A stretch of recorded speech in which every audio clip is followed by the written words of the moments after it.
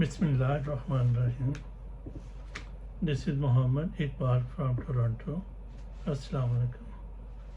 पाकिस्तान का सियासी बहरान हर आने वाले दिन के साथ शदीद होता जा रहा है। पाकिस्तान मज़ीद दलदल में फंसता जा रहा है और बज़ाहिर लगता है कि जैसे रियासत पाकिस्तान में कोई हुकूमत नहीं है, कोई रियासत नहीं है और हर काम शुतर बेमहार की तरह हो रहा है।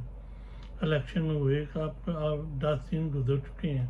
होना तो ये चाहिए था कि आप पाकिस्तान हुकूमत साजी की तरफ चला जाता, लेकिन रोज़ कोई ना कोई नई बात होती है।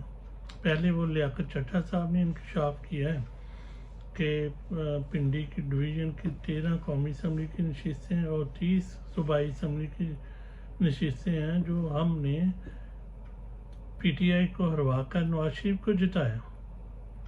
उसने अपना बयान प्रेस कॉन्फ्रेंस में, वो सीनियर पाकिस्तान का सीनियर ब्यूरोक्रेट है और लियाकत चट्टा और पाकिस्तान की सबसे सेंसिटिव जो है डिवीज़न उसका कमिश्नर है। वो पिंडी डिवीज़न तो वैसे ही बड़ी मशहूर है। वहाँ पाकिस्तान के दफाई अदारों के दफ्तर हैं, ठीक। तो उसका कमिश्नर कहता है कि हमने ये धांधली की है।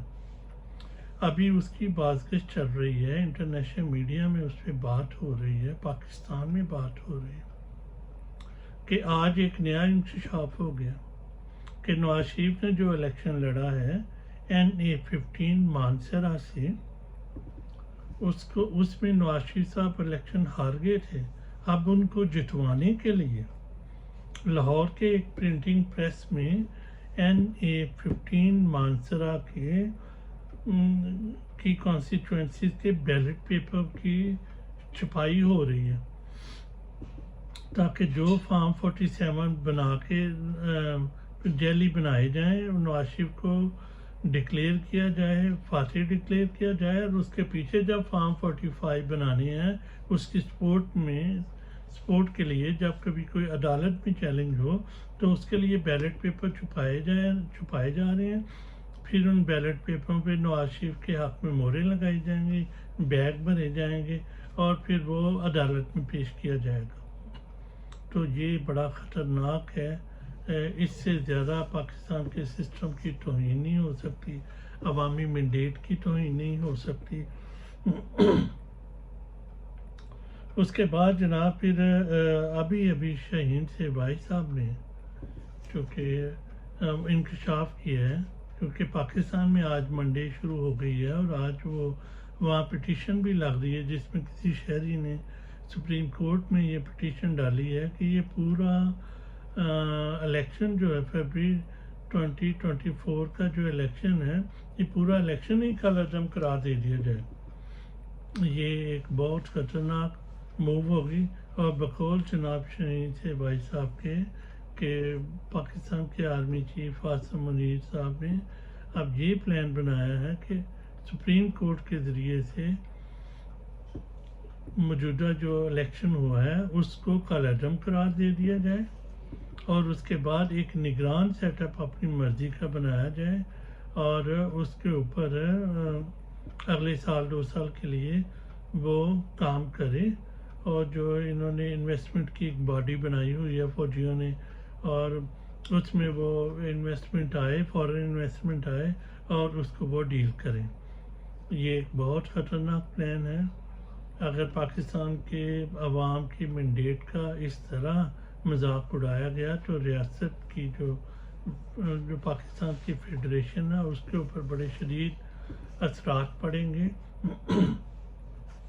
और खुदा ना करे कि अगर पाकिस्तान एनार्की की तरफ चला गया तो शायद ये मुतहदा पाकिस्तान के आखिरी इलेक्शन साबित हों। अल्लाह ताला हमें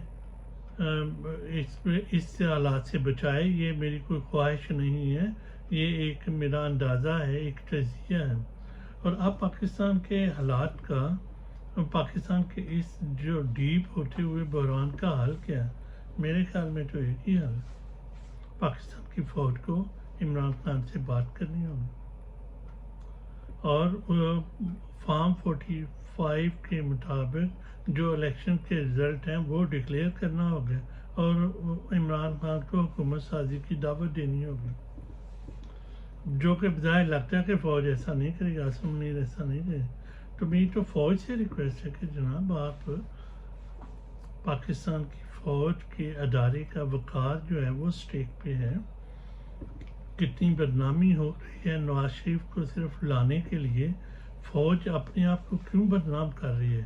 کیا فوج کے اندر کوئی ریجنل تھنک ٹینک نہیں ہے، یا فوج کے جو سینئر آفیسرز ہیں، جنرلز ہیں، انہیں پاکستان کا خیال نہیں ہے، فوج کی عزت کا خیال نہیں ہے؟ وہ کیوں نہیں سوچتے؟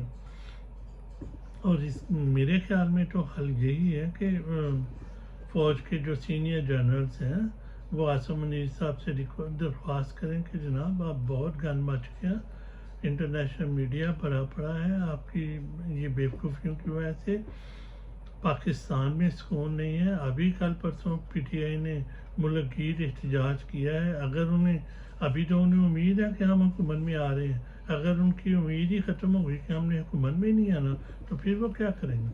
پھر وہ ظاہر ہے احتجاج مستقل احتجاج پہ چلے جائیں گے، تو وہ پاکستان کی اکانومی کے لیے بہتر نہیں ہوگا، وہ پاکستان کے امن کے لیے، پاکستان کے سیاسی نظام کے لیے بہتر ہو۔ تو اس سے پہلے کہ گیم ہاتھ سے نکلے، پاکستانی فوج کے جو سینئر جنرلز ہیں وہ سامنے آئیں اور جناب عاصم منیر سے ریکویسٹ کریں، جناب ندیم انجم سے ریکویسٹ کریں کہ اب فوج کی عزت کا سوال آ گیا ہے، فوج کے وقار کا سوال ہو گیا ہے، لہذا بھائی صاحب آپ سٹیپ ڈاؤن کریں۔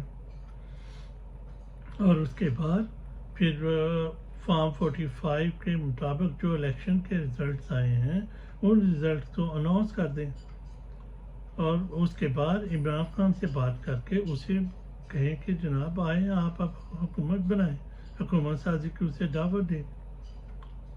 اس کے علاوہ جو بھی کوئی حل کیا گیا وہ پاکستان کو مزید کسی نئے بحران میں ڈالے گا۔ پاکستان کی سپریم کورٹ آج جو پٹیشن لگی ہے کہ الیکشن کو کالعدم کرا دیا جائے، اگر فوج نے قاضی کے ساتھ مل کے الیکشن کو کالعدم کروا دیا تو پاکستان اپنے وجود کے لیے بھی خطرے میں پڑ جائے گا، یہ بہت خطرناک ہوگا، ایسا نہ کریں، ایسا نہ کریں۔ پاکستان کی ساری پولیٹیکل پارٹیاں مل کر بھی فوج پر دباؤ ڈالیں اور پاکستان کی عوام کو موبلائز کریں کہ اس کی بالکل حمایت نہیں کی جائے گی، اور جو الیکشن کے فارم 45 ہیں ان کے مطابق رزلٹس کو ڈکلیئر کیا جائے، کیونکہ آپ دیکھیں دوسری طرف صرف یہ پی ٹی آئی کا مسئلہ نہیں رہا، وہ جی ڈی اے کا بھی اتنے شدید ترین ہنگامے ہو رہے ہیں سندھ میں، ادھر بلوچستان میں انریسٹ ہے، وہاں کبھی سیاسی طور پہ ہنگامے نہیں ہوئے لیکن اب وہاں بھی ہو رہے ہیں، وہاں صرف وہ آزاد جو بلوچستان کو کروانے والے ہیں لوگ ہیں بی ایل اے والے وہی ہوتے تھے، لیکن اس بار وہاں دادی کے خلاف ہو رہے ہیں، سندھ میں ہو رہے ہیں، بلوچستان میں ہو رہے ہیں، پنجاب میں ہو رہے ہیں، اوپر سے اگر آپ نے الیکشن ملتوی کر دیے تو پاکستان بہت شدید ترین بحران میں چلا جائے گا اور شاید پھر پاکستان سروائیو نہ کر پائے۔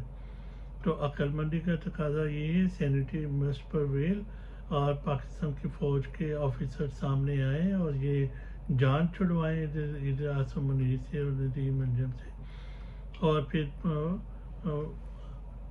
ایکچوئل رزلٹ جو ہیں وہ ڈکلیئر کر کے عمران خان کو حکومت سازی کی دعوت دیں، ورنہ پاکستان کا کہ اس بحران کا کوئی اور حل نہیں ہے۔ اب تک اتنا ہی، پھر ملتے ہیں، خدا حافظ۔